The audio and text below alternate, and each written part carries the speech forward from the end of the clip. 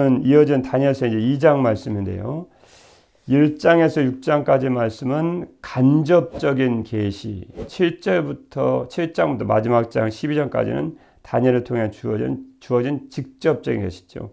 그래서 1장부터 6장까지 말씀은 다니엘의 주요 생에서 있었던 사건들이라든가 다니엘이 섬겼던 바벨론 제국의 왕들을 통해 하나님의 말씀이 간접적으로 주어집니다. 물론 그 해석은 하나님의 사람인 다니엘을 통해 뒤에 해석되어지죠. 그래서 이제 본격적으로 다니엘의 생애 주요 사건들에 대한 말씀에서 다니엘이 섬기는 이제 느부갓네살 왕, 바벨론의 가장 강력한 왕이었죠. 그 왕이 큰 신상에 대한 꿈을 꾸는 내용입니다. 이러면 다니엘서 조금만 읽어보시고 신앙생활 좋은 말 하신 분들도 아마 다니엘 그러면 금방 아시겠죠. 큰 신상에 대한 꿈을 꾸었습니다. 그래서 오늘의 말씀의 제목은 삶에서 예기치 않은 위기를 만날 때, 삶에서 예기치 않은 위기를 만날 때, 삶에서 위기를 만날 때라는 제목으로 하나님의 말씀을 증거하겠습니다. 왜 이 말씀을 제목으로 적게 되냐면 갑자기 다니엘과 세 친구가 지금 위험에 빠지게 되었습니다. 아니 그 느부갓네살 왕이 자기가 꿈을 꾸고 밤에 자기가 꿈꾸고 그 해석을 알게 하라고 할 때 뭐 그 꿈 꾼 것도 자기도 아닌데 갑자기 박사두가 바벨론의 이런 지혜자들을 부르는 자를 다 죽이라 그러고 꿈과 해석을 모른다고 또 다니엘과 세 친구도 불러다 같이 죽이라고 하니까 얼마나 갑작스럽게 날벼락 같은 일입니까? 그래서 그런 일은 발생하게 되어 있죠. 뭐 간밤에 무슨 일이 갑자기 발생한다거나 삶에서 예기치 않게 위기를 만날 때가 있다는 것입니다. 오늘 딱 그에 대한 말씀이네요. 삶에서 예기치 않은 위기를 만날 때 우리는 어떻게 해야 될까요? 어떤 때일까요? 첫 번째 말씀은요. 인생의 주관자가 되시는 주관자가 하나님이심을 다시 한번 깨닫게 된다.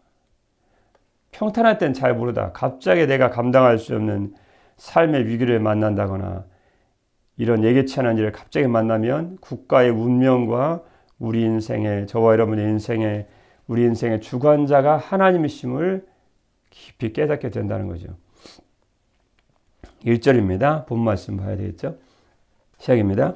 느부갓네살이 다스린 지 2년이 되는 해에 느부갓네살의 꿈을 꾸고 그로 말미암아 마음이 번민하여 잠을 이루지 못한지라. 느부갓네살이 바벨론을 통치한 지 2년이 되었습니다. 그때 갑자기 밤에 꿈을 꾸었죠.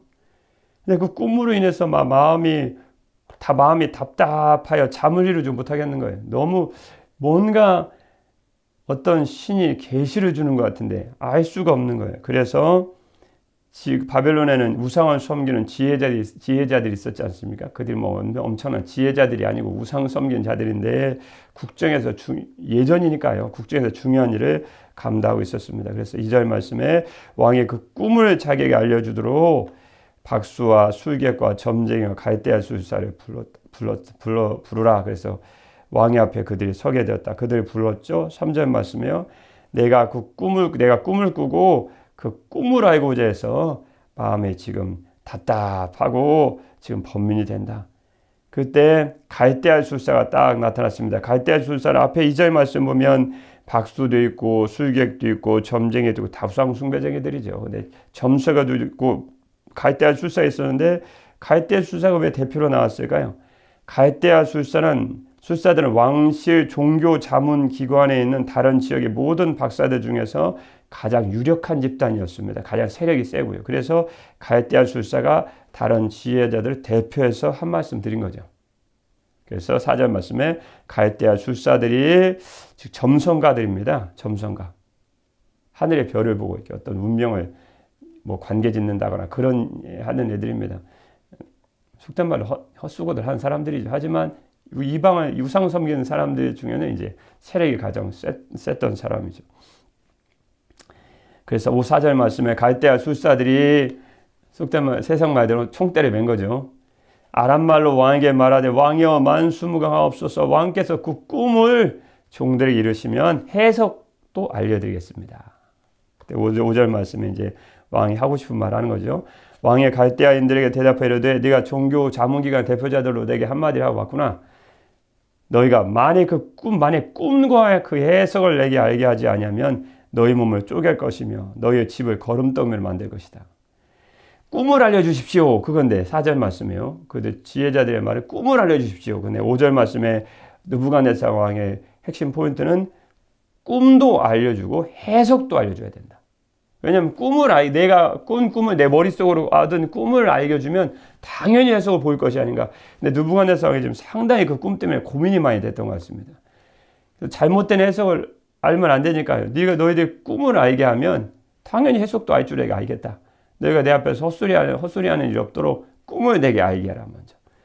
참 그들의 말을 듣기는 참 답답한 일입니다. 6절 말씀에 만약 그 꿈과 해석 알게 하지 않으면 네 몸을 쪼개고 내 집을 거름더미로 아주 불명예스러운 거름더미로 만들 것이다. 6절 말씀에 그러나 만약 그 꿈과 해석을 내게 보이면 너희가 선물과 상과 큰 영광을 내게 얻으리라. 그리고 다구칩니다. 꿈과 해석을 내게 보여라.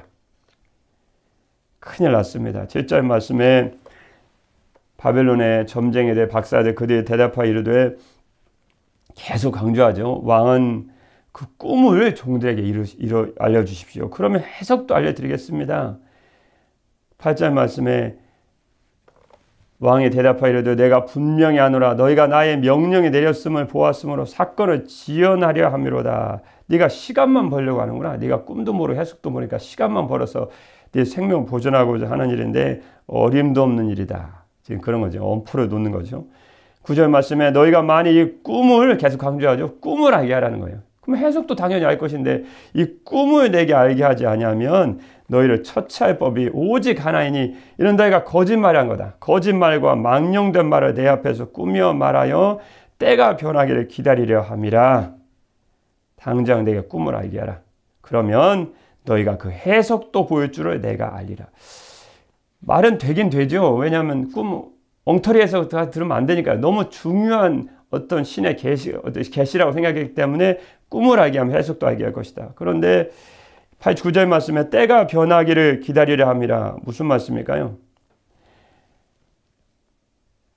그들의 악의적인 거짓말을 통해 왕의 분노가 가라앉거나 아니면 새로운 상황이 조성되어 왕이 이 문제를 까마득하게 잃어버릴 때까지 아니면 새로운 단서를 통해 내 꿈의 내용을 알게 될 때를 네가 원한다는 거죠. 내가 시간 지나면 잊어버릴까 봐 너희가 지금 시간 벌려고 하는구나. 뭐 그런 뜻의 얘기죠.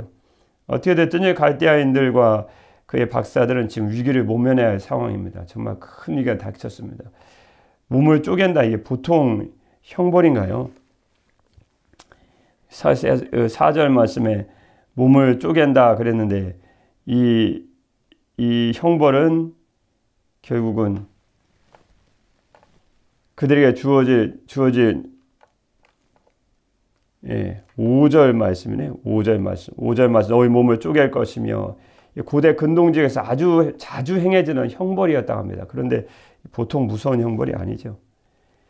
그래서 결국은 10절 말씀에요. 갈대아인들이 또 얘기합니다. 이제 갈대아인들이 하고 싶은 얘기, 궁극적으로 하고 싶은 얘기까지 다 했습니다. 이제 정말 마지막 한마디 남은 거죠. 10절 말씀입니다. 시작입니다. 갈대아인들이 왕 앞에 대답하여 이르되 세상에는 왕의 그 일을 보일 자가 한 사람도 없으므로 크고 권력 있는 왕이라도 이런 것으로 박수에게나 술객에게나 갈대아인들에게 물은 자가 없었나이다. 꿈까지 자꾸 알려달라고 하니까 그들이 하는 말, 이런 꿈까지 알게 하는 일은 세상에 왕의 그 일을 보일 자가, 이 꿈까지 알게 할 자가 세상에 하나도 없습니다. 11절 말씀에 보시면 왕께서 물으신 것은 참으로 어려운 일입니다. 육체와 함께 살지 아니하는 신들 외에는 사람과 함께 거하지 아니하는 신들 외에는 왕 앞에 그것을 보일 자가 없나이다. 자기 한계를 얘기한 거죠. 실은 이 바벨론의 신들은요, 육체와 함께 사는 신들입니다. 예를 들어서 이들은 지금 이 그리스의 이 바벨론의 신들은요, 히랍의 그리스의 신들처럼 인간의 형상을 입고 육체에 속한 신들이었습니다. 우리 그리스 신화 보시면 다 인간의 모양을 하고 있지 않습니까? 꼭 인간을 꼭 닮았어요. 그것처럼 바벨론의 신들도 꼭 그렇게 생겼거든요. 그래서 이 그들의 박사들의 얘기는 자신들의 왕의 꿈을 알지 못하는 것에 대한 합당한 이유를 댈 때 이처럼 바벨론에도 없는 위대한 신이 아니면 이 꿈을 알게 할 수 없습니다. 이거 우리는 모릅니다. 이해가 됐죠? 바벨론의 신들은 인간의 형상을 입고 사람과 함께 거는다니까요. 육체에 속한 신들이에요. 그리스 신들처럼 꼭 이렇게 인간과 닮았어요. 그런데 이 꿈은 그런 신들은 절대 모릅니다. 그래서 육체와 함께 살지 아니하는 신들, 바벨론에 있는 신들은 그건 모릅니다. 당연히 우리도 모르죠. 그런 뜻이죠. 그러면 지금 그들의 말은 무슨 뜻이죠? 그들도 자신도 알지 못하는 사이에 사람 육체와 함께, 즉 사람과 함께 거하지 않은 영이시며 전능하신 어떤 존재, 그 하나님이란 분이 그 전능하신 하나님, 육체에 속하지 않은 그 하나님만이 이 꿈을 해석할 수 있습니다. 라고 자기도 모르게 고백을 한 거죠. 우리는 모르겠습니다. 바벨론의 신들도 모릅니다. 그럼 이보다 뛰어난 어떤 전능한 어떤 분이 계셔야 된다는 거죠. 그것이 바로 다음부터 나오는 다니엘이 섬기고 저와를 섬기는 어떤 이 세상의 우상보다 어떤 신보다 크고 위대하신 바로 하나님을 그들은 자기도 모르게 지금 고백하고 있다는 것입니다. 결국 이 삶의 위기를 만날 때 우리는 어떤 것을 깨닫게 되는가? 은밀한 일을 알게 하시고, 그들이 하고 싶은 얘기겠죠. 은밀한 일을 알게 하시고 국가의 운명과 인생의 주관자가 되시는 우리 하나님을 다시 한번 깨닫게 된다. 그들도 자신도 모르는 사이에 전능하신 하나님을 고백했던 것처럼 주님 있는 우리들도 이 땅 가운데 살아가면서 위기 때가 없으면 그냥 그런 줄 알고 살아가요. 그런데 정말 우리가 삶의 어려움을 만나고 국가의 운명을 좌지우지할 만한 일을 만나고 인생 어려움 딱 만나면 우리 시각이 전능하신 하나님께로 다 향하게 된다는 거죠. 그분만이 우리 인생과 국가의 운명을 주관하고 좌지우지하시는 분이심을 다시 한번 깊이 깨닫게 된다. 그래서 다니엘서 2장 21절입니다. 다니엘과 그 세 친구가 무엇을 깨달았을까요? 21절입니다. 그는 때와 계절을 바꾸시며 왕들을 패하시고 왕들을 세우시며 지혜자에게 지혜를 주시고 총명한 자에게 지식을 주시는도다. 그는 어떤 분이신데요? 그는 깊고 은밀한 일을 나타내시고 어두운 데에 있는 것을 아시며 또 빛이 그와 함께 있도다. 21절 말씀에 때와 계절을 바꾸시고 왕들을 패하기도 하시고 왕들을 세우시는 분이시라는 걸 다시 한번 깊이, 즉 인생의 주관자여 국가의 운명의 주관자, 인간의 주관자이시면 다시 깊이 깨달아 하는 이 사건이 그들에게 꿈에 대한 큰 위기가 닥치지 않았으면 그냥 모르고 그냥 그런가 보다 하고 지나갔을 일이죠. 그랬을 텐데 갑자기 자기도 13절 본문의 말씀처럼 왕의 명령에 내리며 지혜자들은 죽게 되었고 다니엘과 그의 친구들도 죽이려고 찾았더라. 죽임을 당하는 큰 위기, 갑작스럽게 정말 자고 일어났더니 날벼락 같은 일을 당했으니 위기를 딱 만나는 순간 그들은 기도하게 되었고 결국 21절 말씀처럼 때와 계절을 바꾸시는 분이 누구시냐? 왕들을 세우기도 하시고 왕들을 세우시는 분, 패하기도 하시고 세우시는 분이 누구시냐? 결국 주관자죠. 주관자시죠. 22절 말씀처럼 깊고 은밀한 일 나타내신 분 누구신가? 그분이 바로 우리가 섬기는 전능하신 하나님이시구나라고 깊이 다시 깨닫게 한 거죠. 순서가 그렇게 되어 있습니다. 잠언서 20장 24절 말씀에 보시면 사람의 걸음은 여호와로 말미암나니 사람이 어찌 자기 길을 알 수 있으랴. 잠언서 16장 9절 말씀에 보시면 사람이 마음으로 자기 길을 계획할지라도, 그 다음 말씀이요, 그의 걸음을 인도하신 이는 여호와시니라. 위기를 딱 만나면 우리 인생의 주관자가 하나님이심을 내가 잊고 살았구나. 우리나라의 국운을 좌지우지하시는 분이 하나님이심을 내가 잊고 살았구나. 깨달아는 거예요. 왕을 패하기도 하고 세우기도 하시고 국가의 운명을 좌우하기도 하시고 깊고 은밀한 일을 깨닫게 하시고 알게 하신 분이 누구신가? 우리가 섬기는 전능하신 하나님이시구나.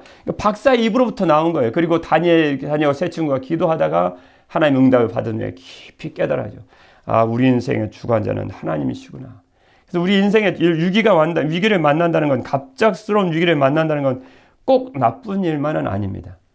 우리가 잊고 살고 항상 알고 살고 깨닫고 살아야 되는데 우리 인생 영적으로 그다지 민감하지 못하다 보니까 영적으로 이렇게 지혜롭지 못하다 보니까 미련한 저희들이 하나님의 살아계심과 그분이 인생의 주관자가 되심을 다시 한번 깊이 깨닫게 되고, 두 번째죠. 삶에서 예기치 않은 위기를 만날 때 두 번째는 어떻게 될까요? 하나님께 기도하게 됩니다. 국가의 운명과 인생의 주관자가 되시는 하나님께 기도하게 되죠. 17절입니다. 시작입니다. 이에 다니엘이 자기 집으로 돌아가서 그 친구 하나냐와 미사엘과 아사랴에게 그 일을 알리고, 우리 다 죽게 되었다는 거예요. 하늘에 계신, 그 다음 말씀이죠. 18절입니다. 하늘에 계신 하나님이 이 은밀한 일에 대하여 불쌍히 여기사 다니엘과 친구들이 바벨론의 다른 지혜자들과 함께 죽임을 당하지 않게 하시기를 어떻게 했죠? 그들로 하여금 구하게 하니라. 당연히 죽임을 당하지 않게 하시기를 그들로 하여금 구하게 하니라. 누구게요? 하나님께요.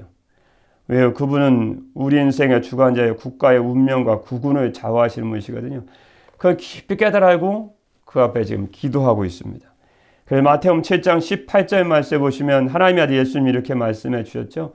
구하라 그리하면 너에게 주실 것이요, 찾으라 그리하면 찾아낼 것이요, 문을 두드리라 그리하면 너에게 열릴 것이니 구하는 이마다 받을 것이요, 찾는 이는 찾아낼 것이요, 두드리는 이에게는 열릴 것이냐.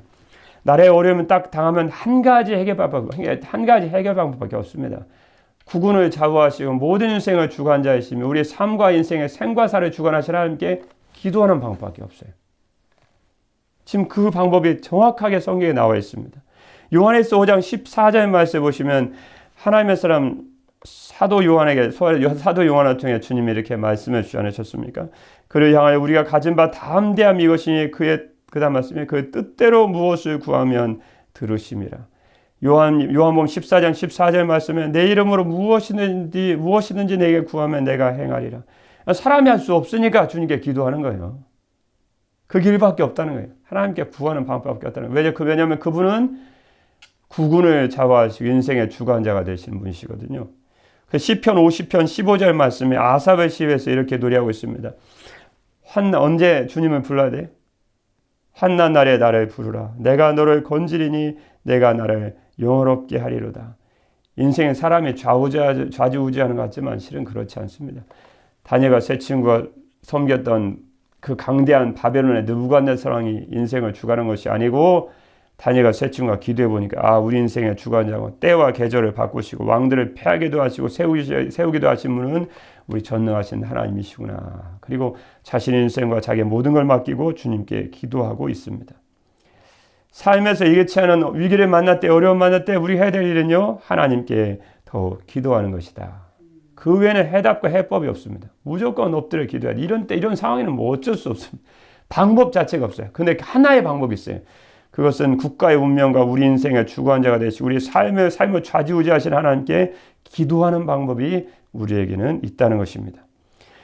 세 번째, 삶에서 예기치 않은 위기를 만날 때 일단 세 번째 말씀은요, 결국 우리는 어떻게 될까요? 하나님을 찬양하게 됩니다. 그 말씀 어디 있을까요? 19절부터 말씀이죠. 19절입니다. 이에 이 은밀한 것이 밤의 환상으로 기도했습니다. 어떤 일이 발생했을까요? 이에 이 은밀한 것이 밤의 환상으로 다니엘에게 나타나 보임에, 그 다음 말씀이요. 다니엘이 하늘에 계신 하나님을 찬송하니라. 결국 기도 응답은 주어지게 되어 있다는 것입니다. 아무리 삶에 어려운 위기가 만나도 하나님께 기도하면 결국 국가의 운명과 모든 것의 주관자가 되시는 하나님을 더욱 찬양하게 되는 일이 있다. 그래서 시편 30편 11절 말씀해 보시면 다윗이시죠? 주께서 나의 슬픔이 변하여 내게 춤이 되게 하시며 나의 베옷을 벗기고 기쁨으로 띠띠우셨나이다. 이는 잠잠하지 아니하고 내 영광으로 주를 찬송하게 하심이니 여호와 나의 하나님이여 내가 주께 영원히 감사하리다. 참 우리가 지금 국가 위기 가운데 있습니다. 우리 성도들이 뭐 해야 될까요? 기도해야 돼요. 기도 외에는 방법이 없습니다. 그럼 기도하면 어떻게 될까요? 하나님의 응답의 은혜를 주세요. 그러면 결국은 우리는 주님을 찬양하게 됩니다. 그래서 에베소서 1장 4절 말씀에 보시면 우리 주님이 우리를 왜 택하시고 구원하셨을까요? 그 창세전에 그리스도 안에서 우리를 택하사 우리로 사랑 안에서 그 앞에 거룩하고 흠이 없게 하시려고 그 기쁘신 뜻대로 우리를 예정하사 예수 그리스도로 말미암아 자기의 아들들이 되게 하셨으니, 왜 우리를 주님의 아들들이 되게 하셨습니까? 왜 우리를 주님이 구원하셨습니까? 이는 왜냐하면 그가 그 사랑하신 자 안에서 즉 하나님의 아들 예수 그리스도이시죠. 우리에게 거저 주시는 바 그 은혜의 영광을 찬송하게 하려는 것이라. 결국 주님은 우리의 찬양을 받으시게 되어 있습니다. 그래서 시편 40편 3절 말씀에 다윗은 이렇게 또한 노래합니다. 새 노래 곧 우리 하나님께 올릴 찬송을 내 입에 두셨으니 많은 사람이 보고 두려워하여 여호와를 의지하리로다. 그렇게 성경은 기록하고 있습니다. 살면서 예기치 않은 갑작스러운 위기를 만날 때 우리는 주님께 기도해야 됩니다. 그럼 결국 주님을 찬양하는 은혜가 주어진다는 것입니다. 친구들과 함께 넓은 배를 타고 넓은 호수로 나간 어느 소녀가 있었습니다. 노젓는 것도 있고 친구들과 수다를 떨다 보니 어느새 육지에서 멀리 떨어진 곳에 도착했습니다. 날은 어두워지고 물밖에 보이지 않자 호수는 마치 바다같이 느껴졌습니다. 열심히 힘을 합해 돌을 저었지만 썰물이 오는지 배는 좀처럼 나아가지 않았습니다. 육지로 나갈 방법을 찾지 못해 발만 동동 구르고 있을 때 한 친구가 다음과 같이 말했습니다. 두세 사람이 주님께 하나님께 기도하면 하나님이 반드시 응답해 주신다고 해서 우리 함께 기도하자. 날은 점점 어두워지고 배는 여전히 나아가지 않았지만 소녀와 그의 친구들은 기도하며 하나님께 매달렸고 30분 뒤 거짓말처럼 구조선이 소녀들을 찾았습니다. 이때 배에 타고 있던 소녀 한 명은 God Bless America라는 노래로 아주 유명한 가수죠. 케이트 스미스였습니다. 케이트는 이후 틈이 나는 대로 이 이야기와 함께 다음과 같은 메시지를 사람들에게 들려주었다고 합니다. 어려운 일에 처할 때, 마음이 힘들 때마다 기도하세요. 주님은 반드시 응답하십니다. 하나님보다 나의 어려움과 약함은, 하나님은 우리보다 우리의 연약함과 어려움을 더 잘 알고 계신 분이십니다. 마음이 힘들고 어려울 때, 도저히 해결할 방법이 보이지 않을 때 저와 여러분 주님께 나아가서 기도하는 방법이 남아 있습니다.